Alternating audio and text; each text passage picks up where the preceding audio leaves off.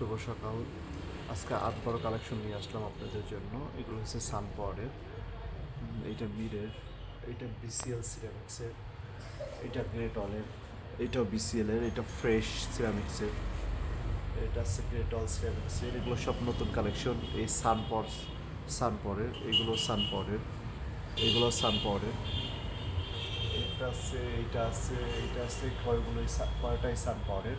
এটা আছে গ্রেট অলের, এটা আছে বিসিএলের, এটা গ্রেট অলের, এইটাও গ্রেট অলের, এটা আকিজের, এটা সানপাওয়ারের।